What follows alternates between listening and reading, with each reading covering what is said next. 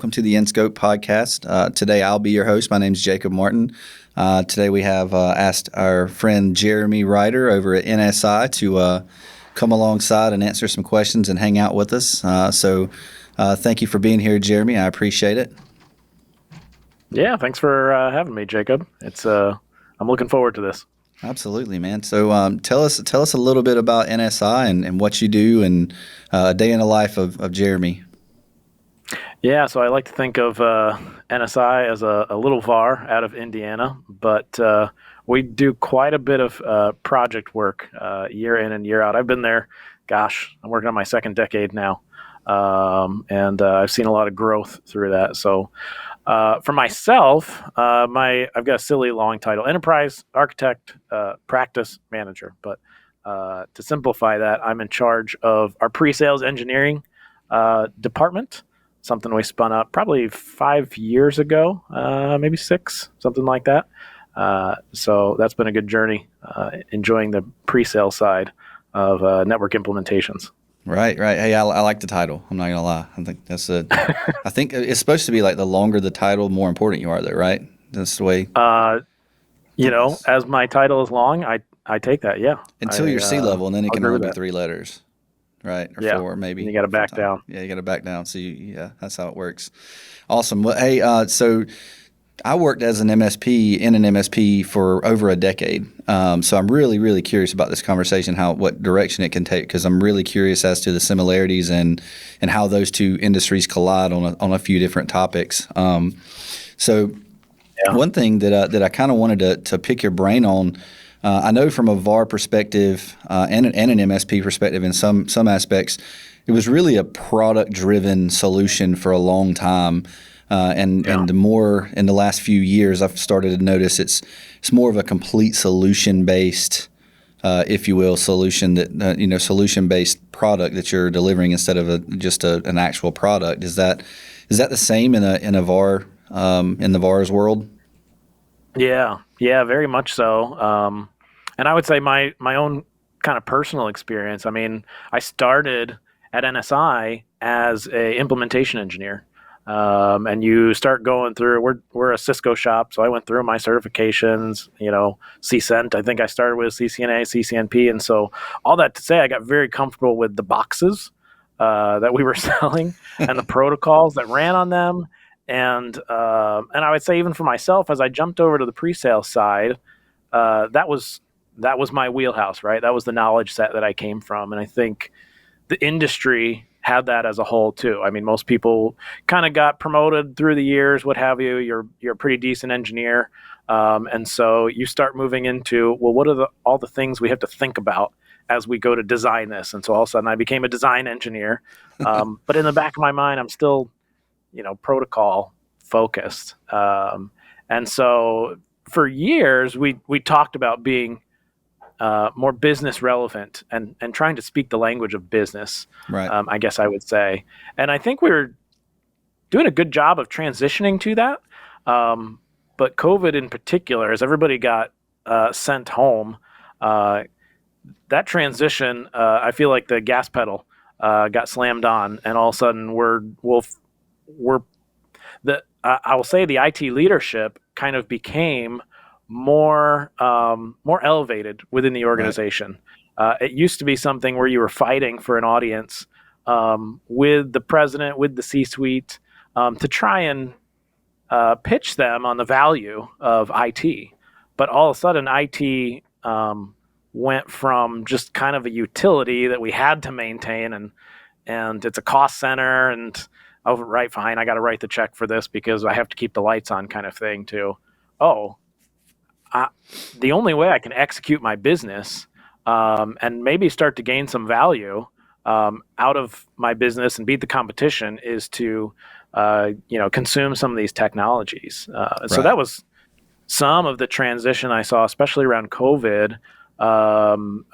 IT just became necessary. It kind of elevated our position in the organizations and kind of forced that conversation forward, right. More so than we had in the past. For sure. I mean, would you say that during that time, the feature set maybe shrank a little in the overall outcome kind of came to the forefront? I mean, I know a lot of those guys, they don't care so much about what the product can do as long as it delivers the outcome they want. Is that something that you had to navigate through with your team, and hopefully ScopeStack helped you with that? Because I mean, having the common language between all the pre-sales guys, I'm sure that was. I hope that was helpful for you guys.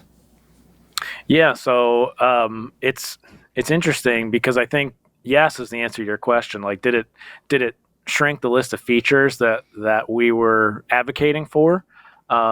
Yes. At the same time, the protocols that I grew up on were still like critically important. So I think it honestly expanded the scope of our services because I still like I'm the trusted advisor. I'm the partner that's showing up to deliver on this solution, and the solution that we're talking about may be a little bit more abstract and high level, but I still got to dot the I's and cross the T's, and make sure that at the end of the day we get this implemented the right way. Right. So that has pushed our company especially down the standards path. I feel like a bit standards on steroids, if you will. Right, but that's a good thing. I mean, that's structure, right? I mean, the more you can put into standards, the more structure your team's going to have. So, I mean, that's a good problem. It's a lot of work to get it there, but it's a good problem to have your standards laid out more clearly. Yeah, yeah, absolutely. I mean, I think it gives predictability for our delivery teams on what exactly their responsibilities are.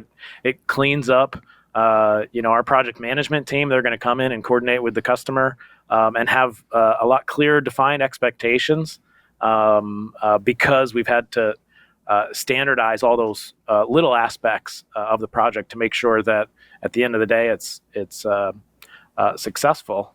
Right. You mentioned how did we use ScopeStack in that?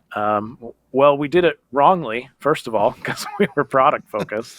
And I don't, you probably don't know this, but we had like an initial implementation of ScopeStack, and it's the platform, that we've used to write our proposals.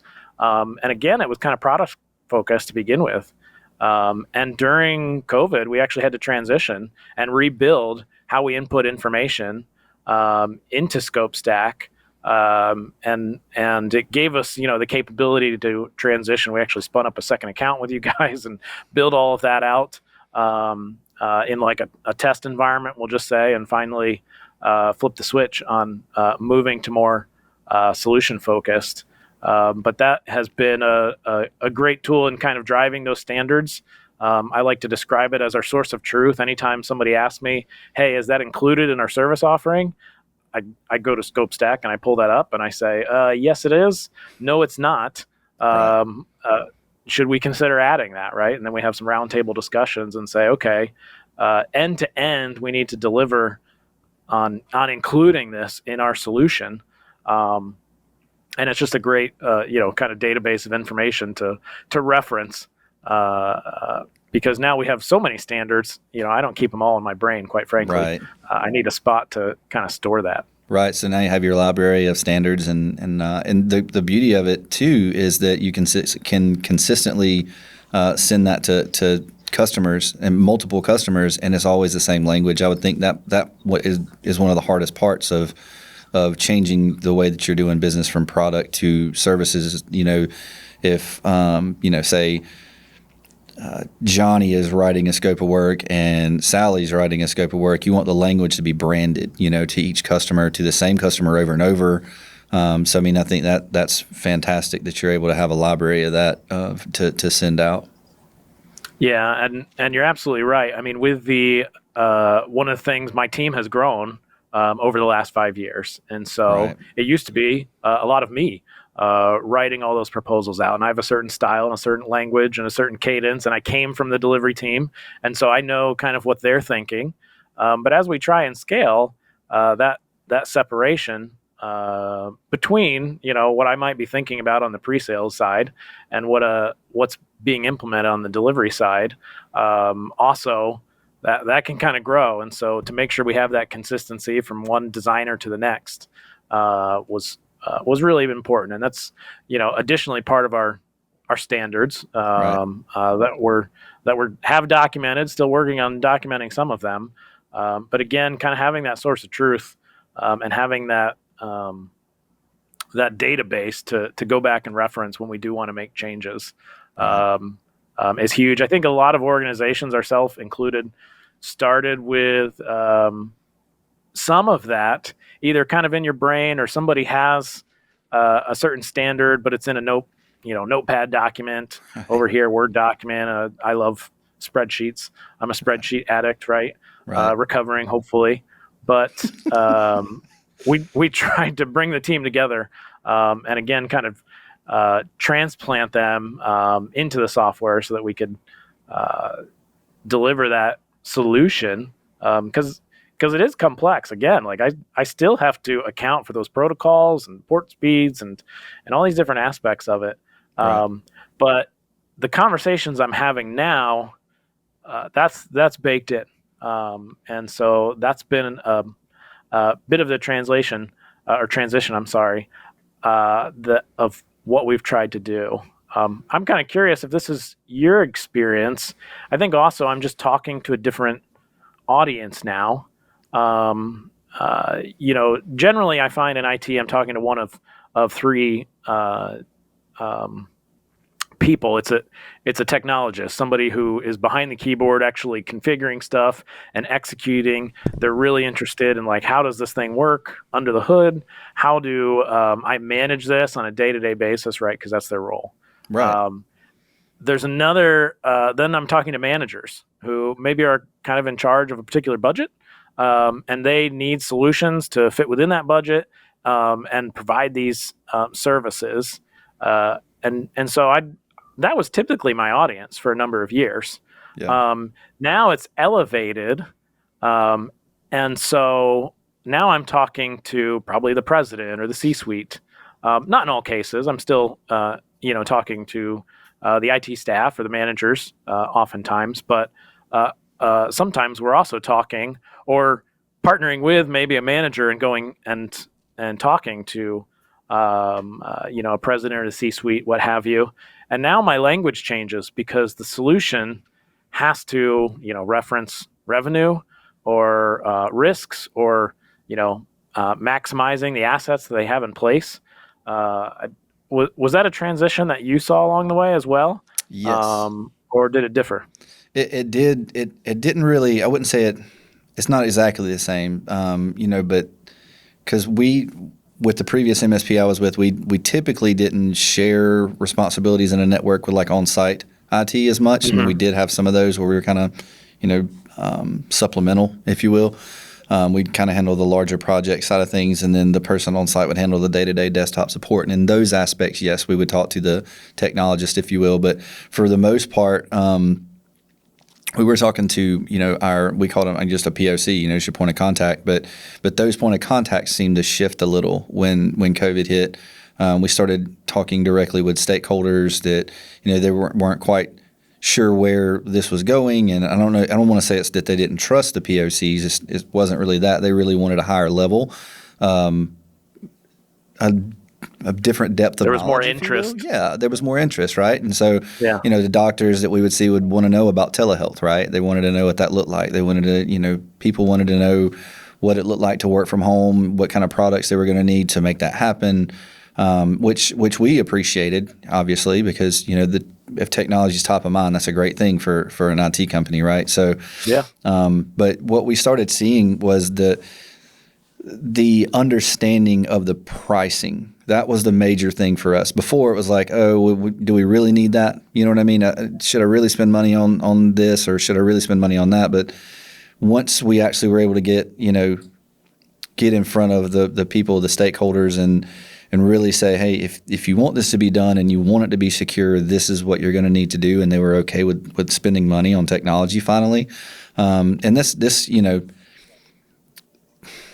the point of contacts that we worked with were always able to say, we agree with you. We got to get this approved, right?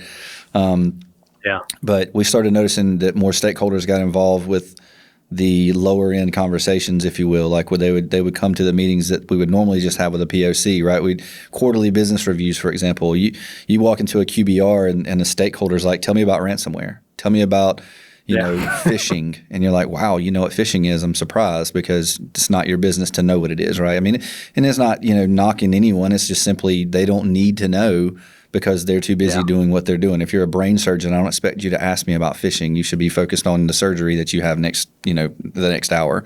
But it was great for us because it allowed us to say, we think you should have multi-factor authentication. We think you should have, security awareness training. Are these things that you would be interested in, and be able to actually speak to it with everyone in the room, not just a POC. So yes, the conversation did shift a bit to different people. The biggest thing for us that I thought was great was more along the lines of the reception of it. That they actually were receiving the information, enjoying getting the information, and then making an educated decision on whether to move forward or not. So yeah, I mean, I think the conversation, the dynamic of the conversation definitely changed during COVID and after COVID. It continues to seem to be more of top of mind, if you will. So yeah, it's interesting. In some respect, I think I'm working with more educated people, just as, like you said, as it pertains to cybersecurity. People know what phishing is now. People understand the need for MFA. There might still be some education around what it is exactly and how we work with it. But in general, the concept's there. On the other hand, technology continues to grow wider and deeper. And so, back to the beginning of our conversation, I'm having to make sure that I'm dotting the I's on the protocols still. Like the deliverables of the solution as far as helping, prevent these phishing attacks are the conversations we have. And it feels like people are more aware of what's going on, especially in the cybersecurity space.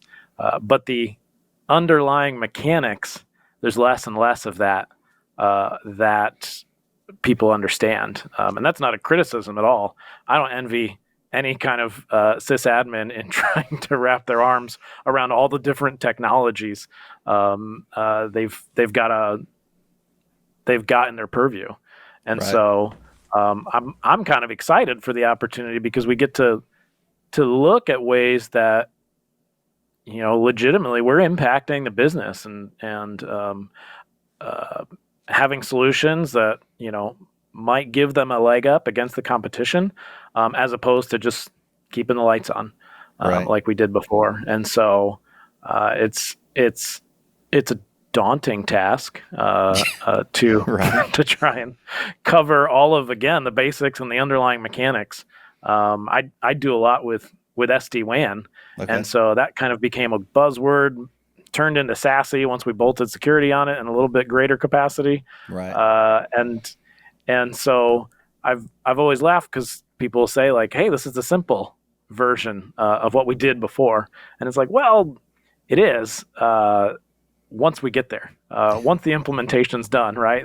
But getting there and that kind of transition still requires some pretty sophisticated know-how. So Right. but it's all going in the right direction. That's right. That's right. And I think that that a lot of the conversation around the features of the products that you're selling, right? A lot of those conversations have changed simply because they, like we said before, it's more outcome driven. It's like, can I do X if we implement Y? And that's kind of the conversation that I saw as an MSP going to the stakeholders instead of just a point of contact, because a point of contact might be, someone who kind of understands technology, right? Most of the time it is. And so they have a good handle on what's going on, and they're wanting to know, if we do that, is this feature going to be enabled, right?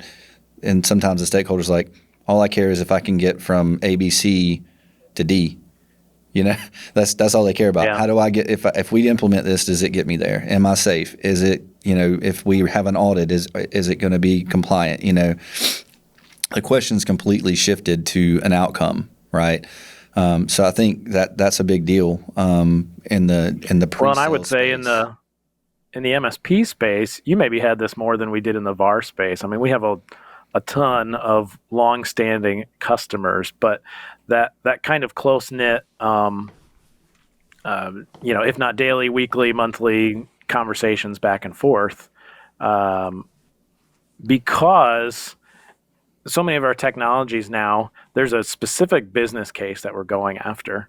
I've kind of learned before, when you're thinking about the product, you're like, hey, I've got these 27 features that we can do and are options and available. Uh, it's actually useful now, I think, just to focus on that one feature. Like, okay, we'll take the other 26 down the road, and talk about what those are. And there's some capabilities built in there. But let's just focus on getting this one, where you're going to get a ton of value out of this. This is the real, this is what moves the needle for your organization as far as turning this particular feature on. And then, from my perspective, we're able to help and say, okay, we got that one implemented. How's it going? Is it working well? Let's talk about these other use cases that you might be able to accomplish with what you have, right? And so that's the maximizing your existing assets Right. kind of conversation. Right. And that's a which question I to was me actually. establishes like a little longer partnership and cadence, if you will. Right. That was a question I was going to bring to your attention and ask you, because I was curious in the same aspect. So, like with us, when I worked for the MSP, we had to be in front of the customer frequently, right? And we had our customer success people that would, they did their thing, VCIO, whatever your title may be that you want to call it, but they did their thing where they were out in front of the customer asking questions. And the idea wasn't really to sell things; it was to drive technology, right? That was the idea. That was what we wanted. We wanted to be driving their technology. We didn't. You never want your customer to come to you and say, "Why did we not do X, Y, Z?" Right? You want to be in front of Yeah, them that's and never say, happened to "If me. you would have done X, Y, Z, then maybe this wouldn't have happened." But ultimately, we're supposed to drive the customer's technology. We're supposed to take care of our customers, right? So the cadence that a VAR would have, is it similar to? I mean, how important is it for you to keep those kind of close knit relationships with your customers, or is your cadences monthly? Is it quarterly? Is that how does that work for you guys? Yeah, so we do business alignment meetings, and those are quarterly, annually, semi-annually. Kind of depends on the customer and their desire to engage with us a little bit. But we try and drive those for the exact reason that you said. We don't want to be on the hook after the fact, going, "Hey, why didn't you tell me about this?" Right. And that's part of just kind of trying to make sure that you express all the options as you talk about different solutions. So that's something we go over. Now, I will say, there's not necessarily that recurring contract or something like that I think is natural to the MSP space. But there's a big transition for VARs in particular to keep those cadences more than I think we have in the past for a couple of reasons. Like I said, we're looking to implement kind of a key use case feature a lot of times with a project. Okay. And again, we do a lot of project-based work. That's more of our bread and butter. We do offer managed services now for those customers, especially that are right. There's just a lot to do, frankly. I mean, Right. I talked about sysadmins trying to cover this giant scope of technologies, and I don't envy them. Right. No. Same thing for IT staffs, right? Right. Where there's just a lot of ground to cover, and I don't think it's a secret. Like the IT industry, we'll just say it's very popular, and so it's hard to find a lot of good talent. Yeah, you're 100% correct there. To work with. So that we're trying to fill the gap for our customers from that perspective, but also just so we kind of have an initial project. We might help support that going forward with some managed services. We might, but then we have just our kind of customer success department that is really in charge of trying to follow up and make sure, hey, we're delivering on the full capabilities of the solution. And if you're not interested in them, then that's fine. But just so you know, there are more capabilities that we can get and maybe some more value that we can bring to your organization or reduce risk or what have you. Right. within the equipment that you got already. Right. So that is a driving force, I guess I'll say, in a lot of the processes that we're trying to adopt. Like I said, an adherence to a lot more standards than maybe we had before, and then trying to adopt some processes. So we have some a deeper kind of partnership with our existing customer base. And I mean, you can ask around in the state of Indiana. We're a very trusted advisor. I've got one customer, I think, that has been here certainly longer than I have, like 30 years at this point. So I mean, I like the fact that it's like you aren't using that for an upsell. You're telling them what the equipment has the capabilities of doing and what you would suggest to increase their security posture. It's not like you're saying, hey, buy this. It's like, hey, if you would wanted to ensure this piece of security, this which you already have has the capability to do it if you have this add-on, right? And ultimately, yes, it's an upsell, but that's not what your goal is. Your goal is making sure that the customer is taken care of, and that's big. There's not a lot of companies that would not just use it as an upsell. 100%. I mean, that's key. I never, and probably a lot of. Well, I don't know how many people find themselves in this situation, but I didn't expect to, my official title's in the pre-sales camp. Mm-hmm. And I never expected to have that kind of title of sales in my, in my title at all. But it's pretty rewarding, actually, because I view it and I approach it as just trying to help. I mean, back to what I said, as far as I come to an IT team and I'm like, what do you need? Right. What are the gaps that you have? Hey, I'll tell you how I see the market going. And it's a lot more rewarding conversation, I would hope, from my side and from theirs, to not just, keep showing up with here's a list of things that I'd like for you to buy from me. Right. Hopefully it's a deeper conversation on what their day-to-day challenges are and maybe what day-to-day challenges they don't foresee at this point that I'm seeing, in other customers. Right. So we're trying to drive those, I couldn't do that, I should say, if we hadn't worked to, build out our standards. Cause otherwise, this used to be the case. I'm just in a constant cycle of trying to produce different documents and make sure that we've got all of those components kind of lined up before I provide a proposal that I feel confident is actually going to get the job done, and we're not going to have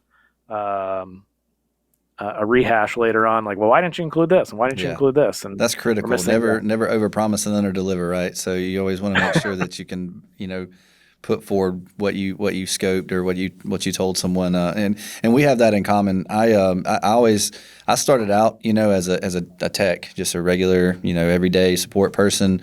And over the years, went up, and I had a background in sales way back before I started in the MSP space, and we had a couple of salespeople that were great, they were fantastic, and they just weren't from the industry, so they had some questions. They would reach out and say, "Hey, what is this and what is that? Blah blah." So finally, I asked the owner. I was like, "Why don't you let me give this sales thing a shot?" I was already VCIO for the company, so I was already going out in front of the customer. I was already telling them what I thought would help their security posture, what kind of projects they needed to perform, and the QBRs and all the things. So, and it just allowed me to kind of go in and for non-customers and get customers like new customer acquisition and do it honestly and just say, not looking, I'm not trying to sell you anything, and I still don't. I'm VP of Sales and Marketing at ScopeStack, and I tell everyone I'm not a salesperson. The tool sells itself.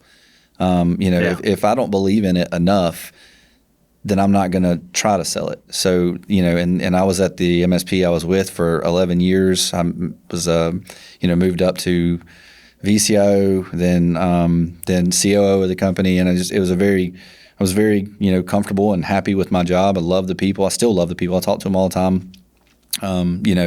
the owners were fantastic. And so when John approached me about ScopeStack, it was like, I'm good. Like, I love where I'm at, and then, but it got to the point where I just kept seeing this tool and this need. And I was like, man, I can really help a lot of MSPs that are in a boat that I know is sinking. Like, I've been there, I see it. And so that's really the driving factor for me going to ScopeStack. I'm not trying to sell the product. It sells itself. I'm just here to help facilitate it, and that was the same way as the other one. And I really love the fact that you said that, you came from a different side and you're able to help people, because that's really what it's about at the end of the day.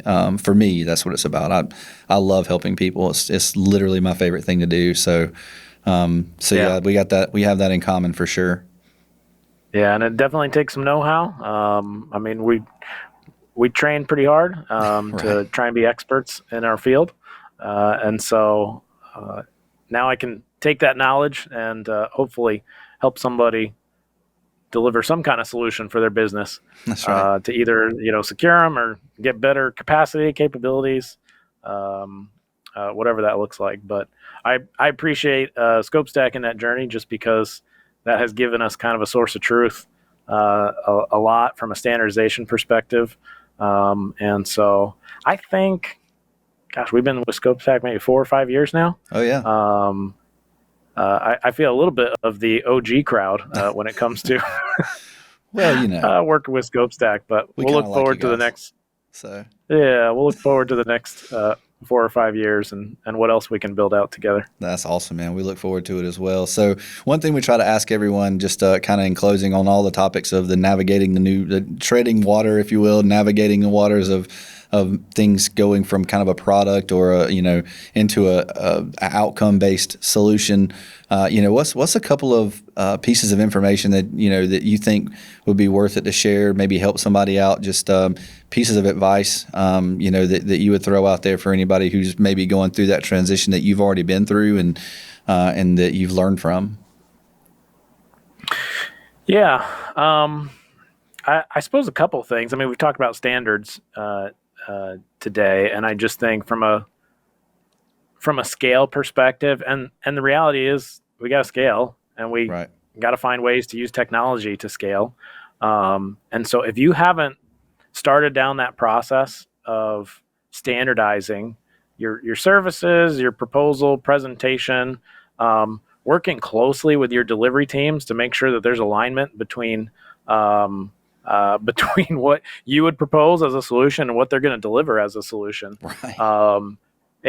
It sounds simple, and I think for most organizations, there are standards kind of littered throughout. It may not be in some kind of framework, right. And there are some challenges along the way. So I would just encourage, if you haven't started that journey, start it today, because it'll take a little bit longer than you probably think to deliver on those. So start that journey. I would also just say, if you're not, because we are elevating our conversations, and you haven't taken any kind of business course, that's pretty useful, just to pick up the lingo and to understand the frame of mind from a financial perspective, right? A lot of times we're, at the end of the day, submitting our proposals to the CFO that has to sign off on it. And so if you can help advocate for the manager you're working with, or whomever you're working with, and help them use the same language that their CFO or C-suite might be using, that's pretty advantageous. Yeah, and then that's good. I think the last thing I'd say, and I've told engineers this for as long as I can remember, but just know what you know.